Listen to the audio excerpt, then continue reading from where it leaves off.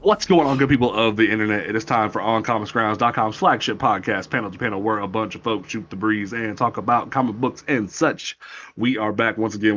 We're talking about all the good comic and nerdy news that goes on throughout the space of nerddom and great things like that. Don't forget that you can listen to this podcast on Apple Podcasts, Google Podcasts, Stitcher Radio, I cannot talk, Spotify, YouTube, all those great places. You can follow the podcast on Twitter at PTP_podcast, and you can check out the website On Comics Ground on Twitter and Instagram at On Comics Ground, and you can check out the website oncomicsground.com with the hyphens between those words forming real quick. That way you can check out all of our amazing content like reviews, previews, solicitations, all those great things. And I will introduce my amazing cast. My name is James Portis.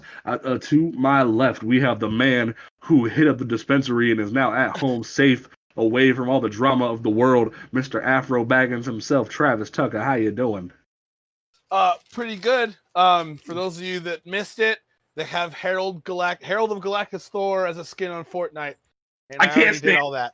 I can't stand it. Like, that was gonna be in my notes. The idea that they announced with like a collaboration with Epic Games and Marvel, where apparently this event, like this Nexus War or whatever, is like in canon with Donny Cates' run, and I'm like, are you serious? That's what they said in the press release, and I was like, I have a hard time believing that, but okay, sure. See, I just wanted to have my Travis Scott skin rockin' Mjolnir. And now I'm upset. Is you that bad, though? This doesn't need to be canon. There's no story in Fortnite. Well, especially when you got like regular She-Hulk, like not like super buff She-Hulk. You got like 90s upgraded Storm, which I love that costume. I may hate Fortnite and Epic Games, but like that costume looks fly as fuck. I will not complain about that. They gave her punk alternative too, because I know I saw that too. And I mean, like, they went through all the hassle to get Travis Willingham to come in and voice Thor for the commercials. Like, he wasn't already busy with Critical Role and all the other shit he does. So I gotta give him respect on that one. But just in general, it's just like, I don't believe this is in canon, but they want to say that, so sure. To my right, we have the amazing woman who is enjoying her new lazy boy chair while hanging out with us, talking about all the crazy shit going on, and like me, is very furious about what's going on with New Mutants. We have Mary. How are you doing this evening? I am enjoying this chair. Shit. I have this podcast is not sponsored by Voodoo Ranger, but if Voodoo Ranger wants to sponsor this podcast, I would love you forever. I am drinking my Voodoo Ranger Imperial Ale right now, and I am loving myself. But we are going to go ahead and dive into the discussion. Before we do, like get into the heavier the more like divisive topics of the evening, we want to come together as a trinity and give our condolences to the loss of our king, our Black Panther, Chadwick Boseman. This man passed away yesterday, Friday, and he had been battling colon cancer for a long time. And I am going to try to keep my composure because tomorrow for Blurred Grounds is going to be bad. Like, we are all going to be really emotional then. But in general, for this show, I wanted to keep my wits about me and not get too angry, because I find myself hurt at the loss of my king. I find myself angry at the people who for like years now had been like making fun of him for the way he had been losing weight.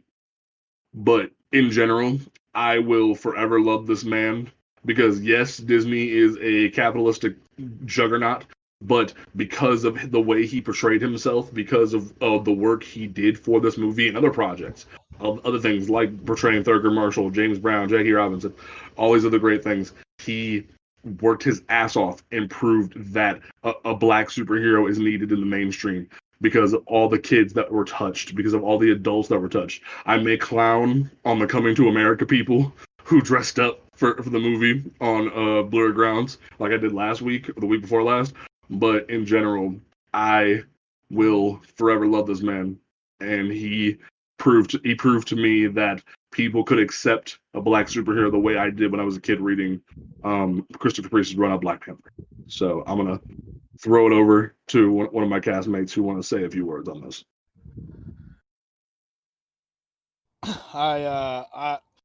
There's a hole from his absence that I don't think is ever going to be able to be filled, to be honest. Because I never thought I would see a black superhero in my lifetime that would cross over so seamlessly to where I would see like little white kids and little black kids argue over who gets to be Black Panther. You know what I mean? Mm-hmm. That was always something I thought that was, reserved for us. So no one ever wanted to be the black character except for us. It started with the Black Ghostbuster for me, So to see these little kids that are 9 and 10 being like, I want to be Black Panther for Halloween. You see all like the little pale flesh underneath the Black Panther costumes and shit. He was so well received and loved, not just for Black Panther, but for so many other things that I don't know if we'll ever get that again.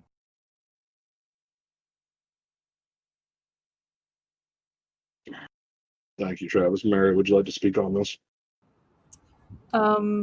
It was the news was just absolutely shocking. The fact that his diagnosis wasn't revealed to the public at all, I think.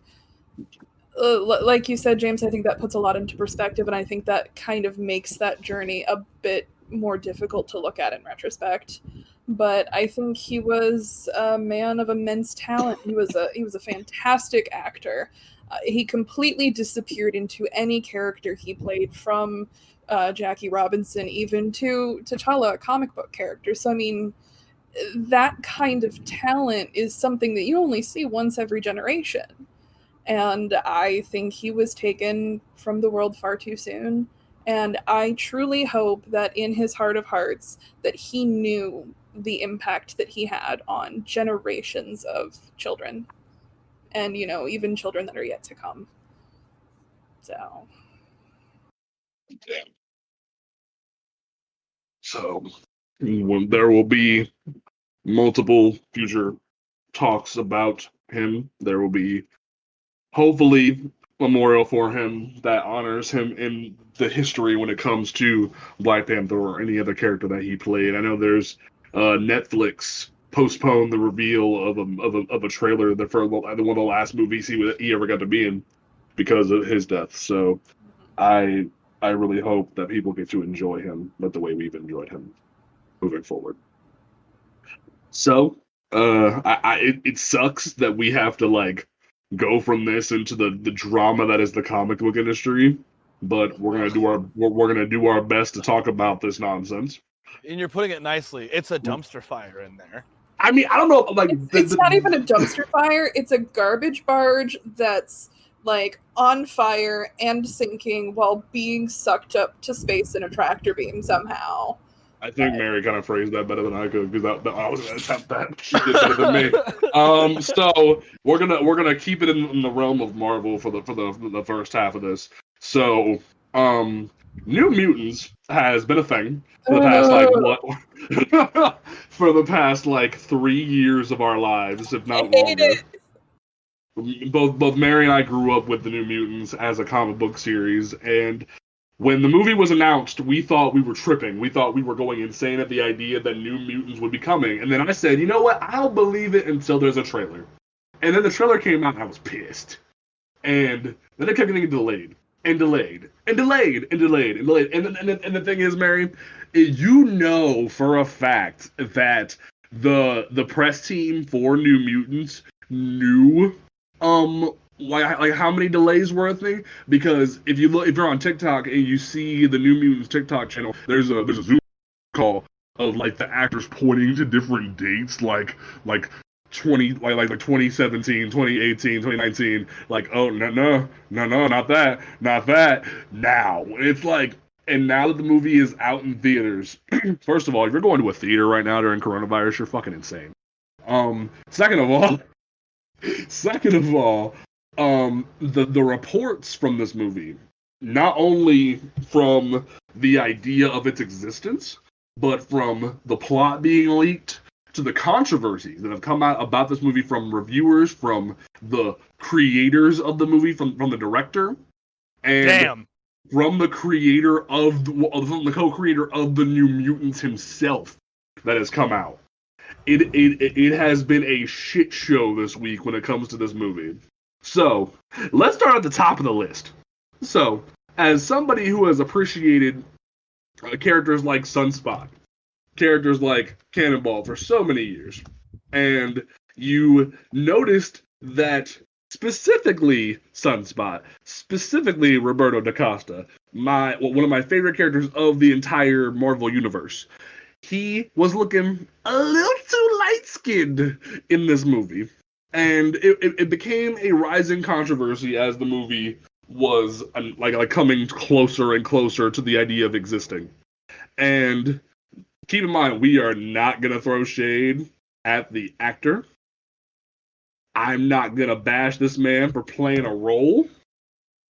But when it was revealed what the director said about Henry Zaga's casting, it is very appalling. And I'm going to throw this one off to Mary because I'm going to get a little angry if I keep pushing forward on this one. I don't have the exact quote in front of me, and I don't really want to have to pull up the exact quote because I will probably throw my computer into my TV. But sure, I'll quote it for you real quick. Yeah, go for it. When asked about why he was so light-skinned, he said, it's like my thing was a goal to cast a real Brazilian, and I saw 300 of myself, black, brown, lighter skinned. My goal was to find the best actor who, because they've done little work, was at least the closest to kind of what I saw in my head for that character. There was nobody who hold a candle to Henry. It's like maybe if Henry didn't exist, I could have found somebody who was darker skinned to exemplify what I needed. But it was never about the color of the skin for me. He followed up by asking, that was the reporter who asked that, and then a reporter asked him, did that just not fit into your vision for Roberto's story in the film? And the director says, I didn't care so much about the racism I have heard about in Brazil, about light-skinned versus dark-skinned.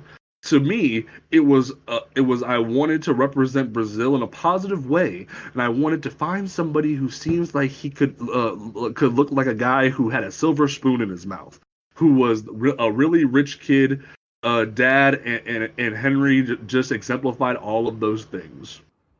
Mary, would you like what's the director's name? I forget. James Charles. That was the writer. Yeah. James Boone. Well, James Boone. Oh, Josh Boone. Well, Josh Boone. Whatever your damn name is. I need to know. Does this man think that dark skin is a negative outlook on the country? Because, like, that's the message I got. Mm-hmm. Mary, do you want to go in before I go in? Okay. So, the New Mutants. The New Mutants are my children. I have the New Mutants graphic novel. That a delightful friend that I have sent me an extra copy that he had. It is the first appearance of all but one of the original New Mutant cast members. The Karma, who is thankfully not in the film. I've spent the last year and a half being pissed off that she's not in the movie, and now I'm just thanking sweet baby Jesus that she's not. But she appeared in Marvel Team Up 100. I have that. I have the New Mutants graphic novel, and I have New Mutants #1, and all 3 of them I got signed by Chris Claremont this year at C2E2. The New Mutants are my children. and Travis, to put this in perspective, like the New Mutants are Mary's children, like the Teen Titans are my children. Like that's what the level of piss she is right now. And Karma, she's she's the New Mutant nobody cares about, who is my absolute favorite Marvel character. So I was looking forward to this movie. I remember the exact date the first trailer came out. It was Friday the 13th in 2017. I saw the trailer. I'm like, okay, they're obviously doing Demon Bear. I'm pissed off that Karma's not in it, but holy shit, I like the idea of maybe it being framed as something of a horror movie. That I was so excited for this. And then it got delayed, and I'm like, well, fuck, okay. Then it kept getting delayed, and I'm like, okay, it's because I want to see this movie is why it's never coming out. And it's just, it took me weeks to even realize that Alice Braga was supposed to be Cecilia Reyes. Because I'm like, who the fuck is this? And I'm like, wait a minute, what? No, this is Cecilia. Because if you're not familiar with the New Mutants, Cecilia is Afro-Latina. And they cast... She's dark. Oh, she's just straight up, like, she's always drawn as looking black, so... She literally has braids in almost every picture of on the earth of her. Oh yeah, almost every panel she has the braids. So I mean, and then we have Alice Braga, who is the furthest. I mean, no disrespect to her, she's a very talented actress from things that I have seen her in, but furthest thing from. And I was instantly pissed off about Roberta because I'm like, okay, this is some bullshit, but let me try to get through this. I think I was more like, I don't know. My feelings have been thrown into the emotional blender. I had my reservations going into the movie. There were things that I wasn't happy about, and there were things that I felt like could work in the style. But as time went on and the more we heard about it, the more I was starting to get a little nervous. Because, they were talking about heavy reshoots. And I'm like, okay, maybe Disney's coming in and they want to try and clean it up, yada, yada. And then you heard that there were absolutely no reshoots that were done. And I'm like, okay, then what the fuck is taking so long? And everything up to this week, I think, was when the bomb dropped. Is when Boone flat out said that he didn't care about the racism and colorism going on in Brazil. And it's just kind of like, this went from a red flag to a nuclear bomb. And then it kept getting worse because people have actually gone to the theater to see the film. I don't know why. Y'all crazy. But then it comes out that Ilyana is racist in the movie. Oh. And I'm sitting here ripping my hair out because Ilyana... How are they going to make magic racist? I don't know. I mean, to be fair, if you read Exiles, Ilyana's kind of crazy, but, in this, I never thought crazy could mean racist. I mean, Ilyana... racists are crazy by default. Well, yeah. And Ilyana kind of hates everybody. It was Matt Rosenberg's Uncanny X-Men. That Karma's crying to Danny that she thinks Ilyana hates her, and Danny completely summarizes Ilyana's entire character. And she says, Yana kinda hates everybody. And that is very much true. But I found a compilation someone had done, of all of the instances in the film where Ilyana is straight up racist to Danny. She asks if Danny knows how to grow weed, and Danny's like, and Danny's like, no. And what? I am quoting, so apologies in advance. I am quoting. Ilyana looks at her and says, quote, "Then what kind of Indian are you?" Oh. And Danny responds, Cheyenne, because Danny Moonstar is Cheyenne. And Ilyana's like, yeah, I wasn't really asking. And then The next scene shows Ilyana referring to her as, quote, Pocahontas. And she says something to the effect of, again, roughly quoting, this isn't a hospital, Pocahontas, it's a cage. And then in the third scene, Danny is entering a room, and Ilyana hops up on the couch and calls her Standing Rock. And she says something to the effect of, hey, again, quoting again, hey, Standing Rock, do you want a buffalo wing? Your people really love buffalo, don't they? I mean,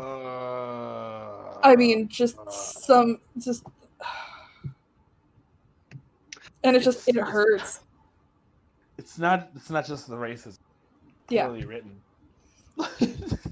Like, it's so bad. Oh my god, a buffalo wing? Yeah. And it's like, and like, I'm just.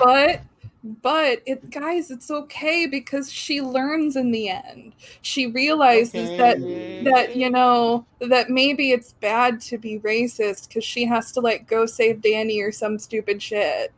So she learns her lesson, and I'm making air quotes with a stupid expression. Like, I'm pretty sure that they just like did Green Book with mutants. That's what it feels like, and it's like, and I really am still just appalled at the Sunspot shit. Like, not only the Native American shit just throws me on a fucking ledge. I want to just beat whoever wrote that into submission. But specifically, the Sunspot situation has me really irked because it's like you already had the playbook as to what not fuck up. Because Travis, if you look in the panel to panel Discord right now, you can see pictures of like there's been times where different artists color friggin' the Sunspot in different shades, but primarily from his inception was very dark. Then you have Days of Future Past, because Days of Future Past did have Sunspot in it. And it was stupid because he basically just acted like Human Torch and looked like they reused Human Torch stock footage for him. Oh my god, what in the whitewashing? Right? Nice. And the thing was, like in Days of Future Past, he was played by Adam Conta, who was a half white, half Mexican man. And it's like, y'all were almost there, but you didn't do it. And it's like, now y'all could have fixed this right then and there. And then you chose to cast this light-skinned boy, and it's like... He's so light, too. Like, oh, man. From it looks like they went from, like, Giancarlo Rivera to, like, Bruno Mars. And I don't know how to feel about that. Hey, Travis, keep your eyes on the Discord. I'm uploading a panel from the New Mutants graphic novel, which is his first appearance. And they also, like, fucking changed his origin, from what I know, and the continuity nerd in me is pissed off about that, too. Yeah. And then there you go, Travis. Oh, yeah, no. That's holy shit. That is his that is what he looks like in his first appearance. Wow. Mm-hmm. They really fucked the dog on this one. Oh, that's the first bottle of Voodoo Ranger gone. And we ain't even through topic 2. And then the other thing that came out of the woodwork was that I forget how to pronounce his last name. Co-creator of the New Mutants, Bob McLeod. I'm gonna go on and win with that one. Because he co-created the New Mutants with Chris Claremont. And he had came out of the thing with the whole issue, all of his issues that were going on. He said, I was very excited when I heard that they were making a New Mutants movie. I thought making it into a horror movie was perhaps an interesting idea, but not all how the characters should be introduced to the public at large. But hey, my character's in a movie. I never would have thought that actually would happen. But then I was disappointed when they didn't give Danny braids, although I like Blue Hunt, the actress who plays her. I was disappointed when Ronnie wasn't a redhead with spiky hair, although I adore Maisie Williams. I was disappointed when that Sam isn't as tall and gawky, although I like Charlie Heaton. But mainly, I was very disappointed that Roberto isn't short and dark-skinned. Yet another example of Hollywood whitewashing, there's no excuse. He apparently then in his statement he took a shot at Josh Boone and said, "So basically, Josh Boone erased everything I contributed to the way the characters looked, and now the movie has come out at last. And apparently they've credited someone named Bob McLeod because they didn't even spell his name right. They added an A to his name. It's McLeod. Oh, McLeod. Okay, cool. Thank you for that. They couldn't even be bothered to check the spelling of my name in the last 3 years, and they can't be fixed. They will be on the movie forever. I think I'm done with this movie." So y'all couldn't even respect the creator of New Mutants, let alone get half of what's going on correctly. And like you said, Maisie Williams, Blue Hunt, y'all ain't to blame for this. Old girl from the one movie with friggin' I can't think Split. The old girl from Split. You're not at fault for this. It's Boone's fault. Thank you. It's not y'all's fault. It's Boone's fault. Boone made all these horrible decisions, and to the point he didn't even spell the dude's name right. That tells you that this movie was just busted to go from the green light. It was just done, and I can't even imagine what it felt like to be those actors and have to get on the Zoom calls for the promotional stuff for this movie and be like, wow, it's been like almost 5 years since we filmed this, and we had already had to come back for reshoots, and you're telling me that we're on a freaking Zoom call during a pandemic to do shit for this movie? I can't even imagine their thought process right now. Some of them have already moved on to other projects. Maisie Williams went and finished Game of Thrones. I mean, this movie is probably so far off of their radars by now that, they have all probably moved on to other things. I think Anya Taylor-Joy, I think she's done a few other things between now and then.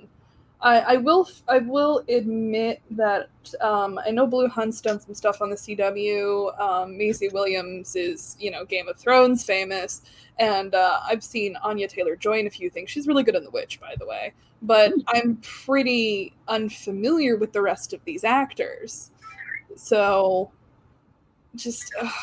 it hurts, and my heart goes out to Bob McLeod because this was kind of his moment, because Claremont got to be in Days of Future Past. He and Len Wein both, they are in the goddamn movie, and it's just oh my god, it hurts. It hurts. That is pretty rough. This movie wasn't supposed to break my heart. And I think I was just, when the initial trailer drop came, I think I was just so blinded by that sheer nerd excitement. You guys know the feeling I'm talking about, right? Yeah. I think I was just so blinded by that it was just kind of this slow downward descent over the last few years. That I'm not typically a fan of pirating, but I'm not going to pay any type of thing to see this movie. I'm just going to pirate it online, have some popcorn and some tissues and emotionally stuff my face and cry while experiencing what the fuck was this thing. Yo, I looked at the IMDb, and apparently Adam Beach plays Danny's dad. Yeah, that's fucking hilarious. Maybe he'll get to survive in a superhero movie once. Just once in his career. I mean, the minute they fucking made him Slipknot in Suicide Squad, I was like, well, as the avid Suicide Squad fan and reader, if I recall from Ostrander's Suicide Squad, Slipknot dies, and he's the only one not being promoted enough in the material for the movie. So I'm guessing Adam Beach is gonna die. Just oh shit! As long as they don't kill Ridge Runner, I don't know. That would just be the knife twisting somehow. Also, Alice Braga, I'm sorry if you die in Suicide Squad 2 and you're in the same movie as Adam Beach. I will be so depressed for you. So please don't die. That's where I'm gonna leave that one, because Mutants is a hot piece of garbage, and we're gonna go ahead and move on from that mess. That way, Mary and I don't start crying. If we keep talking about it, I'm just gonna cry and/or scream in anguish for the rest of the podcast. So that's probably not a good idea. Well, here, that's good content. This one's going Me to screaming in anguish is good content. This one's going to be more up me and Travis's alley, so you'll be able to take a break and calm down. Marvel's Avengers, the game that was being created by Square Enix and Crystal Dynamics, has been in development for a long time now. It had been delayed for about 7 or 8 months, and it is finally going to be coming out, or is out. I don't know specifically. I forget when the release date was. I had applied for a review copy, haven't heard anything. I'm kind of sad because I was looking forward to tearing it to shreds.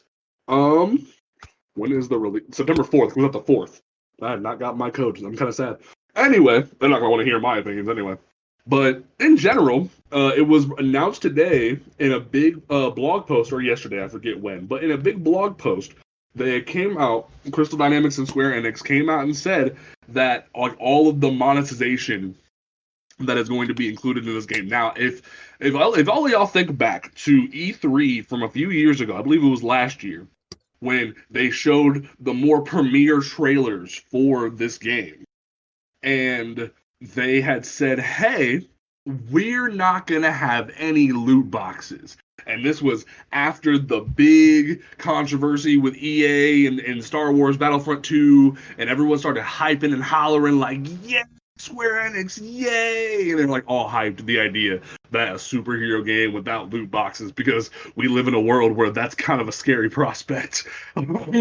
And then you look at this spreadsheet in this giant blog post where they talk about things like, for the first time ever in like anything, this is the first game I think that went and did this, because there's been the advent of the Battle Pass. The Battle Pass is something that you paid for. It's usually around like $10-20 between like things like Dead by Daylight, Fortnite, Apex Legends, Destiny. There's usually like a thing where you pay $10, and as you get more experience, you unlock new rewards like cosmetics and other things like that, like power-ups and shit. And it was announced today that each and every character, every season of this game that they put out, there is going to be a $10 battle pass for each and every character. And people were pissed. Like, normally, there's one battle pass for everybody. Whatever. You know, a lot of cosmetics, you keep going. The tree staggered for a free and a paid version, so you get cosmetics there. And hell, even Fortnite switched to a model where you put $10 into the battle pass, you get your $10 back at the end of the battle pass for extra currency for next season. That way they can keep you invested.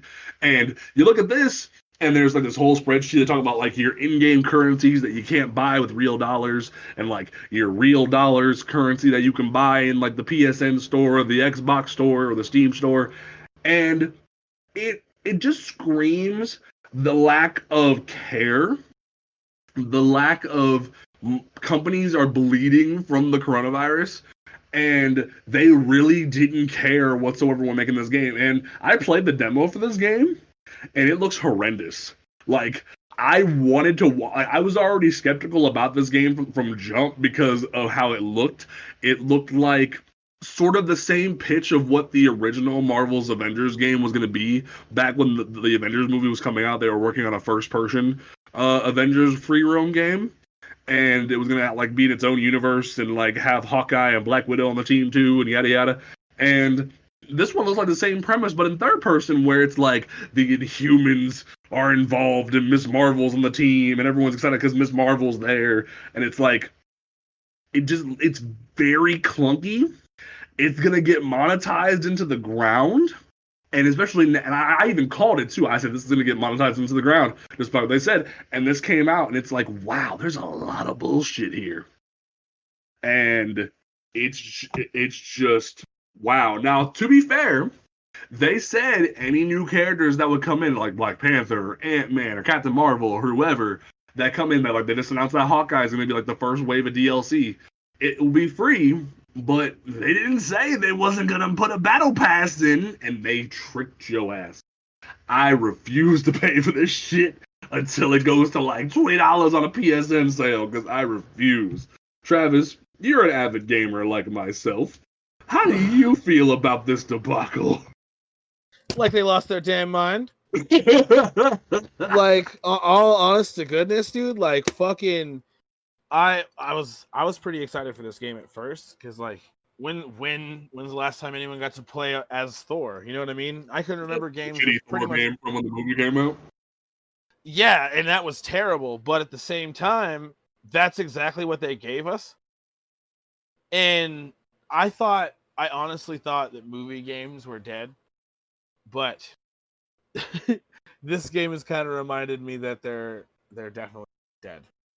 Well, no, it's like they had pitched this on kind of like the same idea that Sony was working with like Marvel to create sort of a video game universe where Spider-Man's an exclusive, but like this game will be the cornerstone of their entire movie generation. Because to the point that even Spider-Man will be PS4 and PS5 exclusive DLC for Avengers like in the next few months. Like they pitched this as going to be their platform, their stand that has no connection to the movies, and was going to have people like Troy Baker, Travis Willingham, like people like that playing these characters because they had played these characters before in other voice mediums. They don't look like the movies whatsoever, and they're trying to make their own thing. And there were so many casuals like in my mentions frustrated that they weren't like Chris Evans and shit, and I'm just like, shut up.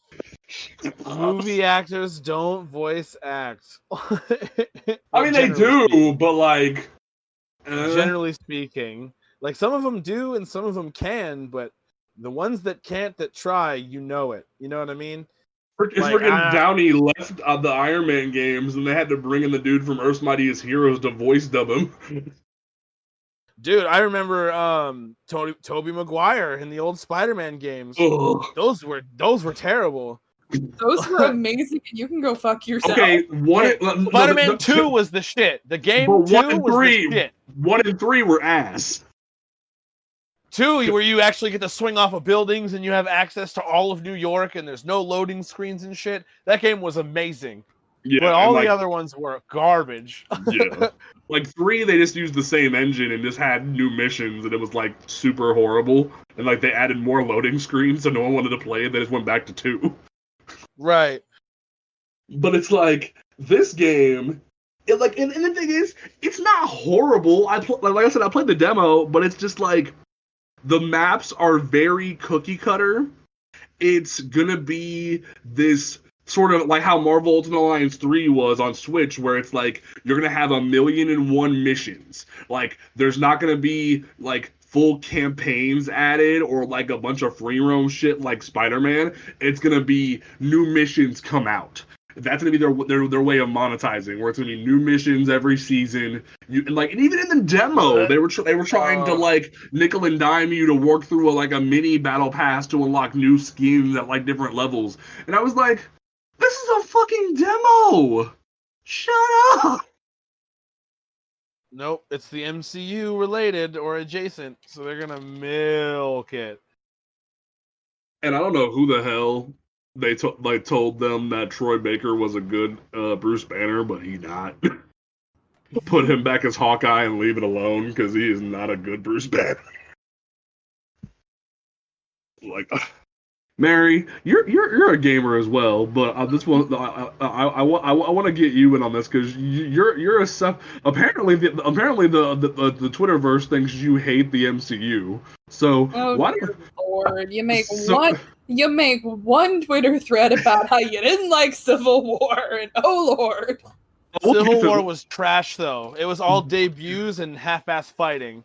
Oh, that was gonna be my next topic, was talking about Mary's Twitter thread, but I want to get your opinion on this video game first. You're gonna expose me like this?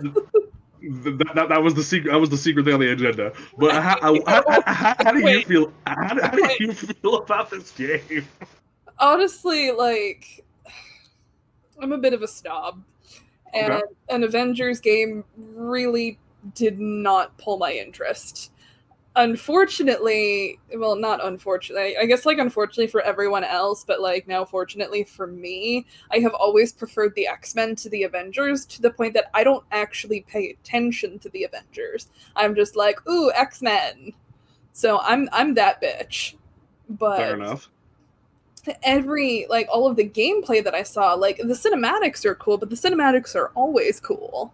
The gameplay really didn't impress me all that much. I do think, because I saw some gameplay from Miss Marvel, and that does look really cool because she has kind of an interesting power set. So being able to move that fluidly with clean camera work, like, I enjoyed that. But I can't even tell what the fuck the structure of this game is supposed to be like. I'm trying to figure out who the hell you play as, who the game even centers around, and then you have the racists who are jumping up and screaming that Kamala exists, and it is just Really? a big dumpster fire. From when the game was announced to have Kamala in, like from the first trailer where you see her in the background at Avengers Day, like the celebration thing, like you see her and the races were already out in droves. Oh my god. Couldn't even wait. It's because like ever since Comics Gate first started, and there will be a day where we finally sit down and dissect Comics Gate, but I don't have the patience tonight. But in general, it's like ever since Comics Gate first came out, around when Riri came out, they've been hell bent on showing that Kamala shouldn't exist, and it's like, who the fuck cares? She's not for you. Like People that want everything to be for them.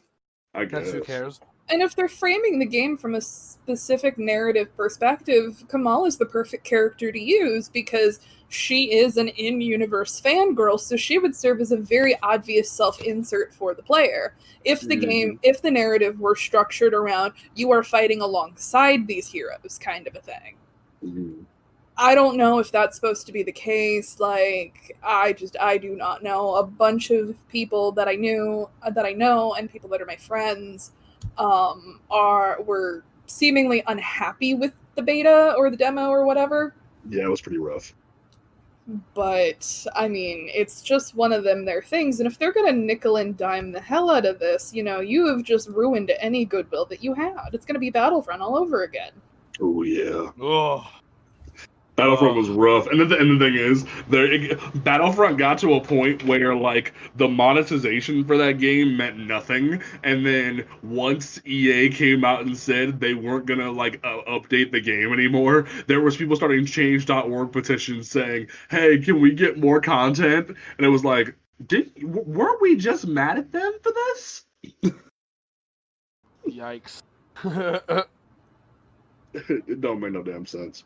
It just looks like a damn nightmare, and Captain America's face is busted. I mean, like, his face is busted. I know everyone's clowning his costume, but I love his costume. The costume's fine, just the rendering on his face is busted. Yeah, and like freaking, and also the other thing, whoever told y'all Nolan North was a good idea for Tony Stark, you're just asking for more Deadpool and not Tony Stark, and it's annoying. Travis Willingham is like the best person to ever play Thor, next to the guy from Earth's Mightiest Heroes. So like that was a good find. Respect. And also you got Laura Bailey to be Black Widow, and she's always amazing. So good job on that. But everything else, y'all kind of failed. Also, Sandra Saad, you actually got the right kind of person to play Miss Marvel. So good job. But in general, the rest of this the rest of this game looks really freaking bad. I mean, it might as well just be another movie. That's clearly what they're going for. Yeah, because like even from the War Room live streams, they're calling it the War Room. Like the War Room live streams, like they're hyping this shit up like it's the next generation of monetization in gaming, and I'm just like, can you not? Like, maybe we should just like leave monetization to optional DLC. That if you want the extra experience, here you go. But I bet you money that they're going to they stripped out a bunch of shit from the base game and then packaged it as DLC instead of, actually being creative. I'm sorry. That bugs me. Oh no, that is definitely something to be mad about. And then there's the whole thing where it's like they purposely go out of their way in the press release where it's like, oh, all of the cosmetics are just cosmetics. They're not game enhancing whatsoever. They're just things to make your characters look like better in different ways. And like there's no like pay to win mechanics. And is there any PvP? Not that we know of. There's only co-op. Then what the fuck does it matter? Well, and the thing with that is the other thing with that is we have stories and news reports over kids, fucking kids, getting beat up at school for having defaults like not Battle Pass halved or V-Bucks bought Fortnite skins. So when I hear it doesn't matter that they're cosmetic argument, and I sound like a freaking mouthpiece for Jim Sterling because I agree with him, they're kind of still stupid. Like, you literally have kids being bullied for this shit. So when I hear cosmetic only, like I remember when Injustice 2 did it cosmetic only, and there's cosmetics in that game where they literally change your moves. Like, you had Cyborg who went from having a boom to who went from having a tether to pull him back away from opponents to a freaking boom tube teleport. So when I hear cosmetics are only cosmetics, I call bullshit, because not only you have kids being bullied, but there's still things like, oh, his shield throws differently, or his shield's almost invisible so you can't see it. And yeah, there might not be PvP, but it's still stupid because there's going to be kids or even adults judging each other for not having that shit. So it's bullcrap. So this is very much went from a somber to a bitching episode, and that's that. But if it makes you feel better, next week's gonna be a roast. And I think y'all are gonna have fun. James, I'll talk about it. Do I need to remind you what Victoria said? What did Victoria say? That we are the drunk sorority girl of comic book podcasts. I mean, I'm drinking, so it makes sense. You're drinking, I'm blonde, it all works out. Yeah, see? But no, so our last topic of the evening is going to be a little bit in depth. So, like we said last week, where we praised DC Comics and DC Entertainment and Warner Brothers and AT&T for their amazing turnout for DC Fandom, or Dumb, whatever the fuck you want to call it. We will still say we will still offer you praise for that event, because y'all not only brought fans from across the globe together for this event, giving opportunities to host to so many different people from different walks of life, or just to get shout outs and questions answered by different stars. And y'all had, like, what was it, like 8 million people, Mary? 22 million people in 220 countries. Shit, that was off. Yeah, it was holy shit. In the entire 24-hour time span, it was 22 million people from 220 countries. Jesus. So Fandom was an overwhelming success for them. Yeah. So while we will praise you, DC Entertainment, WB, Warner Brothers, AT&T, all that jazz, we are going to have a talk. So, a few weeks ago, it was reported that there was going to be large cuts at DC Comics. For, like, when we mean cuts, we mean firings. There were firings across the board when it comes to giant layoffs from 3 weeks ago, where not only did Jim Lee's assistant was fired, you had tons of people from the VP staff, tons of people from the editing staff that were let go, and even senior VP Bob Harris. But Bob Harris is the one person from that entire catalog of people that were let go that no one gives a fuck about. Literally, you can ask anybody. You can ask anybody from this, like any higher up journalist when it comes to this, and they will tell you that Bob Harris is the one name that they were like, we don't really care, but everyone else, we are so sorry you lost your job. And I will say that flat out. Anybody like Bobby Chase, like Brian Cunningham, like Mark Doyle, that if you lost your job as a result from these firings, I am so sorry. From everybody at this podcast, we are so sorry that you lost your jobs because of these cuts. But Bob Harris, bye. But and there might be a day where we finally go over all that, but today is not the night for that. But in general, it's one of those things where it's like DC not only has parted ways from Dan Didio, but has made these slashing cuts, and it's like, what the hell is about to happen to DC? And we're concerned because not only are we like in a position where you have things like DC collectibles, like almost all, wasn't it all of DC collectibles, Mary? I don't remember off the top of my head. Okay, I believe it was almost all of DC collectibles, but I could be wrong. But in general, the majority of these collectibles, all these editors were just cut. And now you have a DC Comics that is looking very strange and very concerning. And it's like, oh, and they were fired on a Monday. Like, who fires people on a Monday? I think the thing that was failed to be brought up is that this wasn't a DC isolated layoff. Yeah, that's my fault. I'm sorry. No, you're fine. I just want to mention that these were Warner Brothers wide layoffs. That this DC just happened to be the next domino to fall, kind of a thing. That Warner Brothers has been cutting people left and right. Some people are saying that AT&T is stepping in to do a shakeup. Other people are saying that Warner Brothers has lost a lot of money because of coronavirus. It's probably a bit of, all of the above. But DC was just the next to get hit. And I want to say, what was it, like a third of the editorial staff got canned? Yep, it was a third.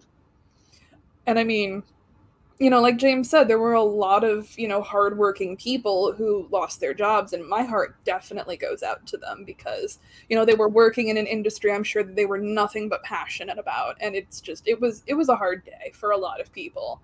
But yeah, Bobby Boy can go fuck himself. Both of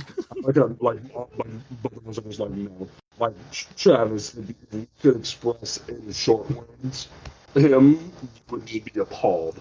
James, you kind of sound like a Charlie Brown's parent. Yeah, Wah wah wah wah. Yeah, Am I good? You'll want to repeat what you just said. Travis, if we could like put into easy words how Bob Harris was, you would be appalled. Okay. Let me put you this way, Travis. Eddie Berganza. I don't know that reference, but I trust you guys. So fuck Bob. We'll talk later. There might be a day where we finally like do break all that bullshit down. But in general, now we are living in a world where we have Jim Lee, who has stepped down as publisher from what we have been told, and is just in the role of chief creative officer. And I hate to make this comparison, but you had Jim Lee being paraded around all of DC fandom, was the only comics creator at DC fandom. And you would have people looking to him like, hey, Jim, you know comics. What is comics involved here? And I could just see the like fire behind Jim Lee's eyes, like, oh my God, what's happening? Oh God. Jim, I'm shocked I still have a job, Lee. Oh. Yeah, that's not meant to be a dig. That's just kind of a statement. But the second half of Fandom comes September 12th, I want to say. Don't quote me. Yes. But that's going to be the comic book side. Yeah, and that hopefully will be their attempt to recover from this. But a lot of the words that are being said was the people who put together DC Fandom were basically let go right before it happened. Oof. And now you have Marie Javins and Michelle Wells, who are taking over freaking editor-in-chief positions at DC. And this could be some great shit. You have people like Michelle Wells, who helped head DC Inc. when it first came out. You have like both of them have amazing credentials behind them. So this could be a new sign for DC. I know at the DC Fandom, Jim Lee was talking about that finally. Friggin' John Ridley was getting to write his Luke Fox story about Batman. So there is promise to be held here, and there is a future at DC possible. But a lot of the fear with DC going forward right now is the idea that there might not be a DC left soon, or at least it'll come to a point where they're barely publishing anything. And Mary, you like myself care about comic history, and we are reaching a point where there could be a really big shakeup when it comes to how DC does things, and I want to get your vibe on this. I think oh my god, they're gonna shut down DC Comics forever. That's poppycock. It is absolute poppycock. That would be that is giving up money with Batman consistently turns a profit. Yeah. Are they really gonna is AT&T really that stupid that they're gonna flush Batman money down the toilet? True, but I see us getting to a point where it's like Batman, Superman, 1D, and like no one else are getting books, and like if anything, they're just digital exclusives. I feel like Diana, Bruce, and Clark are gonna be the only ones that get books, and everybody else is like graphic novel based only. Well, I mean, the thing is that AT&T clearly wants to turn DC into an IP farm. That, they want to expand out into more movies, more TV shows, more animated shows, animated movies, whatever, because those are consistently more profitable. And, from a business standpoint, that does make sense. But the thing is that the direct market has been, like, unstable for decades now. Yeah. And, the direct market is no longer proving to be a viable option. But I can very easily see DC scaling back the number of books it publishes in like actual physical single issues. I could see them scaling that back real fast. I think print issues are probably on their way out. I think Marvel will be the last one holding on to that because so much of their sales depends on their print issues because of their stupid variant covers. But DC doesn't really play the variant game. So the speculator market is really the only thing driving up the value of these issues. So I could see potentially DC moving to single issues or digital exclusives, and then trades will be published in print as well as digital. I could see that very easily. But the whole they're gonna shut down DC forever, and they're gonna have to sell Marvel off to they're gonna have to sell Batman off to Marvel, blah blah blah. I think that's just that's ridiculous. She's not kidding. She's not kidding. Like the comics gators and all these other motherfuckers who are like throwing DC is over parties. Like this has been a topic on the table for a long time, especially when Didio was let go, or even when 5G or whatever the hell it's gonna be, or if it's gonna be a thing at all. Like whatever that is or was going to be was announced. You had all these people saying DC's dead. They're gonna sell their IPs to Marvel. They could sell their IPs to IDW, and I'm with Mary when it comes to the idea that DC has to at least consistently publish a Batman book or like 5 Batman books, one Superman book. Otherwise, Siegel and Schuster's family will come for their asses. And a Wonder Woman book because of how much money Wonder Woman made. Because like Black Panther, now both DC and Marvel know you cancel those books and people are gonna come for your ass. Like those are the 3, like the trinity, that you get rid of one and things are gonna happen badly. So at the very least, you will see those 3. You will at least see a Harley Quinn book at the most in digital print. You will see a Doom Patrol book will probably come back soon because of how well the show's doing. Doom Patrol will come back. You will see Titans / Teen Titans in some form because of how good the Walmart books have been doing. Flash still has an audience. Aquaman has an audience. Shazam needs to get a book going besides John's because of how well the movie did.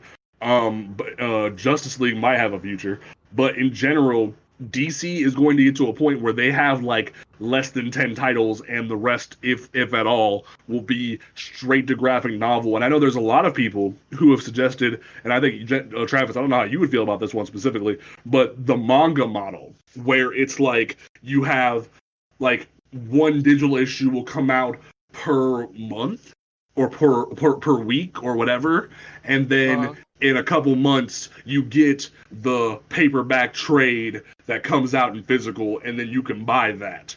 So that's what a lot of people are saying might become DC or even Marvel's future. What do you think about that? That would make a lot of sense because manga, dude, there's so many manga out there that they just crank them out and they'll cancel them like it's nobody's business because it's so everyone wants to be a manga writer or artist, and when it's all black and white, released in huge volumes, they can do that. Yeah. But the So thing that- is, oh, go ahead. No, to me it makes a lot of sense, but on that same hand, American audiences and sensibilities are a lot different. I do think, especially now that we do have these new editors in chief, you're gonna see. I don't want to say a full like Ultimate style reboot of DC. I do think that there is a new reboot coming. If 5G still exists, I think it will come. At the very least, to the point that you'll see a 5G, the original pitch for 5G, for anybody who hasn't like read the articles or seen the videos, whatever have you, the premise for 5G is that like Luke Fox will be Batman, Jonathan Kent will become Superman, and Nubia, Wonder Woman's sister, would become the new Wonder Woman and like there will be a new pantheon of Justice League people and new heroes of more diverse variety because of the fact of like, oh, DC's been white for too damn long. So there's been this talk of an idea floating around and possibly existing. When the deal was let go, there was rumors that it was canned. Luke Fox being announced at DC fandom says maybe not, but we don't know. Yeah, go ahead. I was going to say, well, the thing is that it's still kind of hanging in the publication balance because that Wonder Woman story was published. Because 5G was going to completely restructure the DC timeline, that Wonder Woman was going to be the first hero, and then it was going to move through, and then the current continuity would have taken place, I want to say, like a generation or so into the future. So... And it's like... Go ahead. Oh, it was going to completely kind of like reverse engineer the timeline shit that they did with Crisis. So, but it's DiDio having to try and shake up the Etch-a-Sketch to try and figure out what the fuck he's gonna do. Yeah. But I think Javins and Wells probably are, running around the Burbank office with fire extinguishers trying to figure out what the fuck to do. But my thing is that in terms of publication, I think we need to watch Milestone very carefully. Because I bet money, however they handle Milestone on the publication side, will potentially be the model that they shift to. Especially because they set out the gate that, oh, here's a static graphic novel. Hey, Milestone is coming back in some digital first ways and possibly a print version.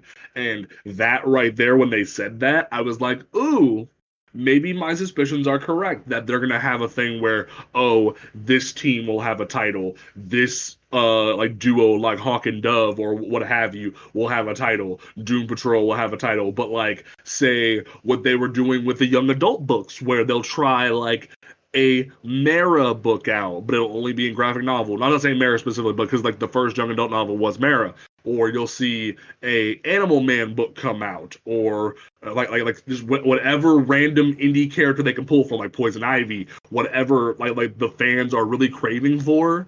They'll do like one of those, and then they might even start doing polls of like, what do y'all want to see? Here's a creative team list of what do y'all want to see? What do you want to see brought forward? But like, here's the 5 books you'll get per month, and that's all you're gonna get plus these digital firsts. The problem, unfortunately, with that model is that graphic novels are nothing but unsustainable. Because delays are common. Why do you think Marvel and DC almost never do original graphic novels? Is because delays are stupid common. Yeah, but if you look at something like Injustice that Tom Taylor's been doing for so long, where you'll have like the digital first books come out, bam, bam, week, or month, and it'll be, okay, cool, here's the graphic novel. I think if they do the manga style like that, and they're smart about it, and they have the issues or whatever ahead of time, that could be something that could impact the market greatly. Especially when you have things now really the Walmart books. James. Want. Oh, want. Am I there? Yeah. How does it stop as soon as you're notified? That's weird. I don't know. That's weird. But look at the Walmart books. My point. The Walmart books have like. My point was you were talking about like Tidebreaker and stuff like that. That's what my point was for. That that increasing the number of original graphic novels, like, while festive, is potentially unsustainable because all the work has to be done at once. With, you know, the manga style or the single issue style that we currently have, the work is spaced out and then collected at a later date, so the trades are almost never delayed. Because if the single issues are delayed, then we see a trade delay. But when was the last time that we saw a trade delay for a book that was published rather consistently? But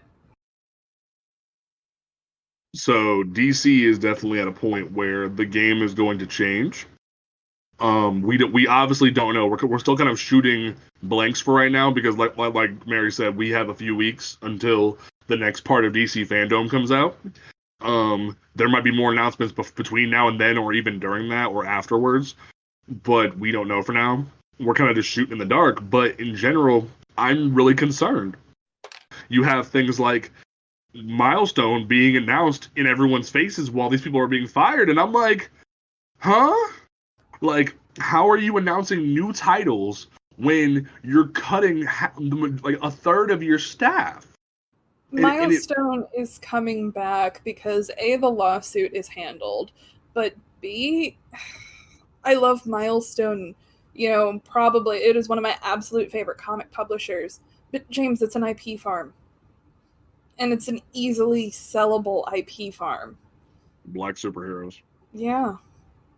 Damn. And I always hate, you know, when I'm, you know, the over-rational asshole who has to, like, chisel everything down into corporate optics, but, I mean, I don't think that, you know, all of this is coincidence. I mean, you know, that when AT&T is, you know, they're very, you know, transparent about the fact that they just, you know, they got handed probably the most famous IP in, you know, going on right now because, you know, Marvel, DC, rivalry aside, what have you, Batman is the most profitable comic book character in history.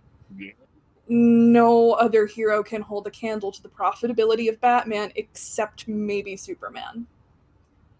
And, you know, DC's been beating that horse for a long time, but people are getting a little sick of it. So then they're just kind of turning their gaze to everything else that's over here.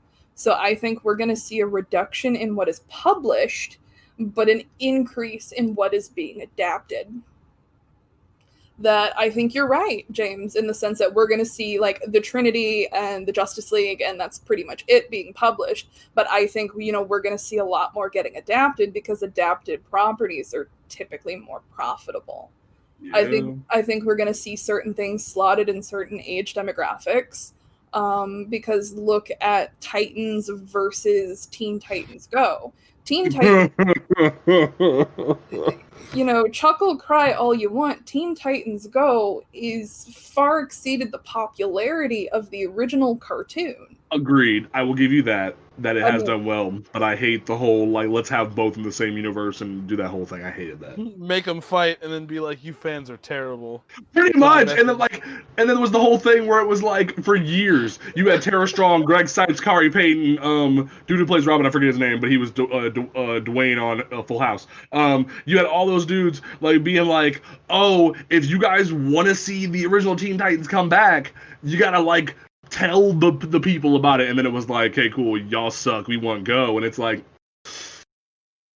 and I will say, I have got over my beef with Go because I used to hate Go for being the replacement for Young Justice's time slot back in the olden days. But I will still say Go is a runaway hit, and Go deserves all the praise in the world for like crushing every demographic and showing that kids and adults can enjoy Teen Titans. So yes, I will give you that one. Teen Titans Go to the movies is fucking hysterical. Yes, it is. It is just meta comedy. The scene where they push the Waynes into the alley. Oh god! The whole ripping on the challengers of the unknown. Like it's. I still say they missed a golden opportunity to bring back Ron Perlman, but like I'll let it go. Oh, like no, the movie is absolutely hysterical. I have not laughed that hard in ages. It's so much scarier when you say it like this. Freaking Stan Lee got a freaking cameo for like crying out loud. It was like the last cameo he did, and it was over a freaking voice call. Like they on were a DC flick. Right? Like that movie is tight, but like I get what you're saying, Mary. That like the IP farm is running rampant at this point. Because, I mean, what do you think is going to be more profitable? A book about Static or a movie about Static? Yikes. Yeah. And I A mean, movie about Static, and then a book that takes place immediately after the events of the movie. But I mean, especially if, they take, let's use the example of Icon and Rocket, for example. If they make a, Chris Reeves-esque movie about Icon, it will do very well. Well, there was all those things when Michael B. Jordan began talks at DC. He could end up being hardware, so that could totally be a thing. If someone is listening, you should do something with Shadow Cabinet. Just saying. Yeah.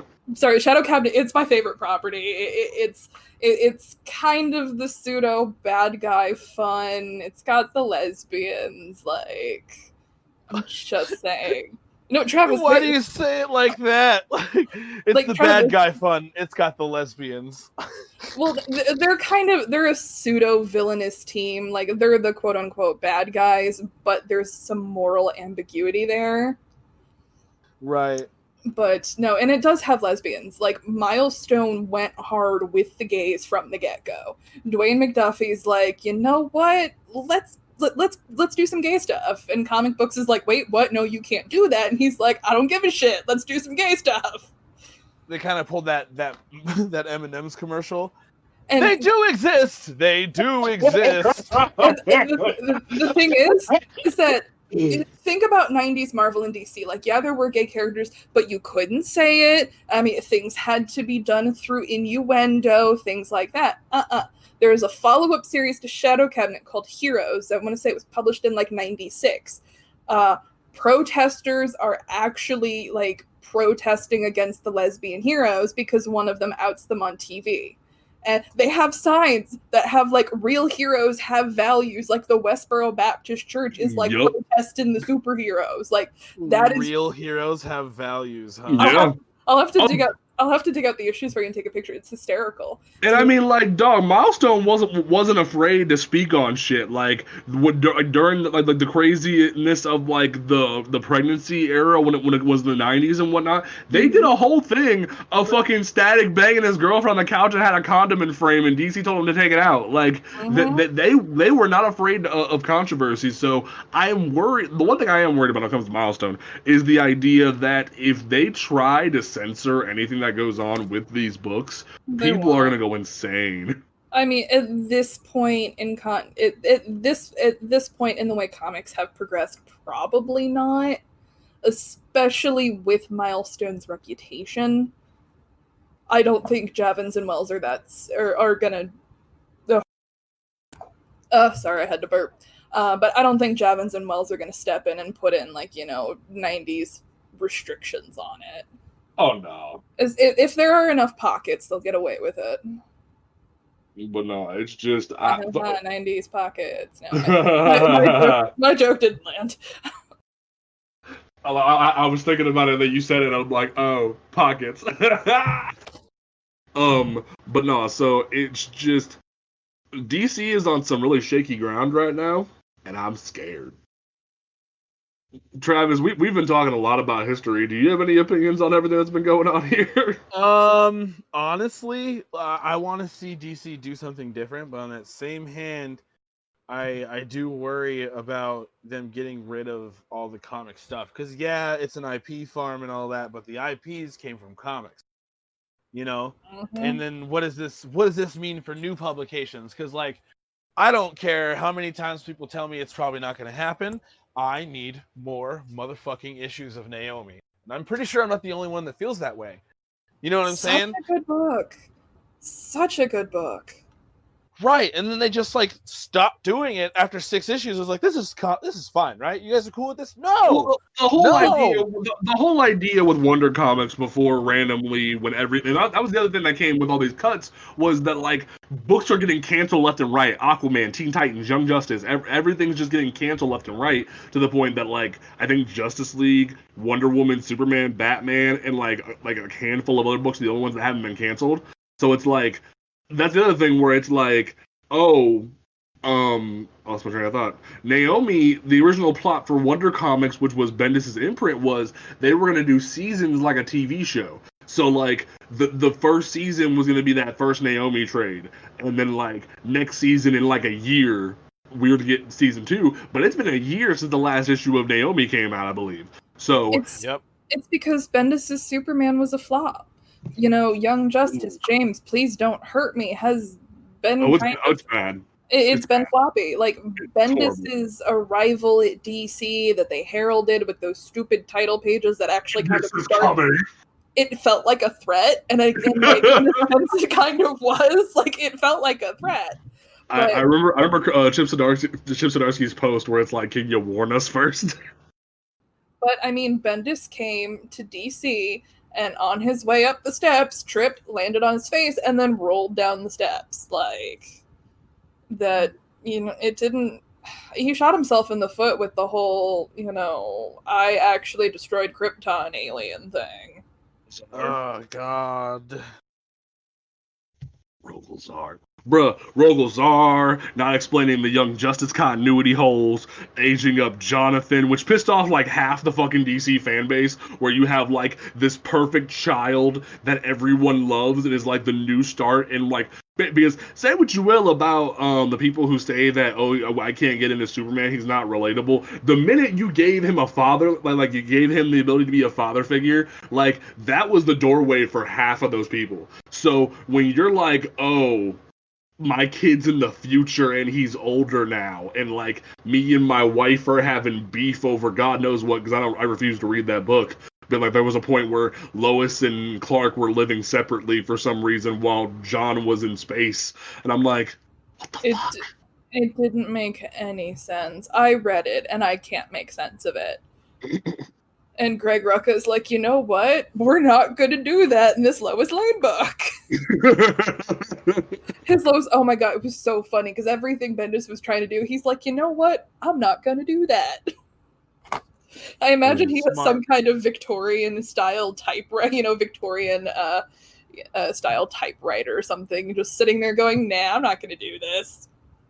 Greg Rucka, if you're listening, you have an eternal invitation onto the show. We would love to have you. It would be an hour of me crying. Are you serious? I am unworthy to be. I'd just be crying and saying I'm unworthy. Just translating. It's like what is she saying? I am unworthy. I am unworthy.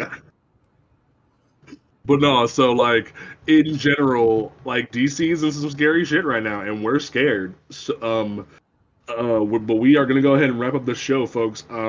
Next week we will return, and you will have to check out our social media in the next few days to figure out what next week's episode is going to be about. But let's just say you've been drafted, and we will be going into. Barry got the joke. It was I just want to say that this was my idea, and you're gonna hate me for it. It was Mary's idea, and like, because we were like, you know, like a lot of people loved our Cry for Justice episode. We want to get back into some good roasts, so we will be back next week with some good shit for you. Don't forget that you can listen to this podcast on Apple Podcasts, Google Podcasts, Stitcher Radio, Spotify, YouTube, all those great places. You can follow us on Twitter at PTP_podcast. You can check out the website On Comics Ground on Twitter and Instagram at On Comics Ground. And you can check out the website oncomicsground.com, hyphens between those words for me, where you can check out all of our amazing content, like reviews, like previews, like Travis's amazing op-ed he wrote this morning at like 3 a.m. in tribute to Chadwick Boseman. Travis, that was beautiful. Yes. Thank you. I wrote that shit as soon as I found out about it, and was like, all right, I need to reach out. And I got quotes from all the blurred peers and shit, because, oh, God, such a terrible loss. Yeah. So, once again, rest in power, Chadwick Boseman. Mary, I clowned you. I wasn't really going to call you out about your Twitter fiasco, but what is your closing statement? What is your closing statement for this episode of Blurred Grounds? Blurred Grounds, panel. I know, wrong podcast. Jesus, wrong podcast. Panel. My closing statement for Blurred Grounds is, why am I here? And tomorrow. play that TikTok sound. It's like I'm not where I'm supposed to be. But I did not enjoy Civil War. We might have to do a review of Civil War at some point. I finally sat down and made myself watch it, and I'm like, wow, I did not enjoy this movie at all. You know what? I'll say it right here, and anybody who wants to come at me on Twitter can at James C. Porters 3. Civil War was god. Y'all come at me, motherfuckers, because I had a freaking transphobe in my tweets this morning coming at me for calling out J.K. Rowling, and I didn't give a fuck. But y'all want to come at me? I don't care. Civil War was ass. The only good things about that movie were Tom Holland and Chadwick Boseman and Anthony Mackie. But in general, it's also what I said about Spider-Man that got me in trouble. Oh dear. I called him Robin. They took one of the most influential superheroes in history and turned him into 1940s Dick Grayson. You're not wrong. He is Robin. I like, as much as it hurts, and I used to have arguments with people about this. Is like, yeah, he is basically just Robin. But in general, if y'all to come at me, I will say it flat out. Civil War was ass. Like, fucking Chris Evans making out with his grandniece is just gross. Especially Sharon Carter and him have a thing in the comics. But especially when the same directors retcon him going back to the past later, it's like, are you fucking your niece, dog? Right, like they're genetically related now. Ugh, what have you done? Right? So it's like, that was just disgusting. I could go on about that damn movie. The only good thing about that entire movie, like from a cinematic perspective, is the United We Stand Super Bowl commercial with like they're all in black and white and like their costumes are flashing. That was the best fucking part of that whole damn movie. But and also all the Black Panther scenes, because Black Panther was god tier. But in general, yeah, Civil War was ass. Travis, what is your closing statement for episode 39 of Panel to Panel? Civil War was ass, full of gimmicks. Take that, Twitter. It was literally just, all right, we're going to make Ant-Man get big, and we're going to give you the kid and the black guy. Cool? Cool. The movie sucked. If the movie doesn't even compare, not even remotely, not even parallel, not even tangentially to the comic arc, it sucks. Just saying, out loud. The comic arc for Civil War, and even Civil War 2, was better than the movie. Oof. Come for me. We'll come down from Civil War 2, so get ready for that. But, okay, my closing statement for this episode of Panel to Panel. Support your local comic book shop in any way you can. I know coronavirus is a bitch, but like, support your local comic book shop in any way you can. Civil War was ass. Civil War 2 was ass. But we'll get to that one day. We come back next week where we talk about literally, I think the best way to describe this book for me is, this is the book that, like, for 2 years I hated Dick Grayson. Like, I'm not even kidding you. I vividly recall, because like I had started reading Johns' Teen Titans, and I appreciated him for what Nightwing did in that book, and then I read this book and I was like, you know what, I'm good, fam. But I came back around. But and also, this is the book that made me hate the writer for a long time. But in general, we will be back next week for a lot of fun, some good roasts. We will catch you folks next time right here at Panel to Panel. Peace out.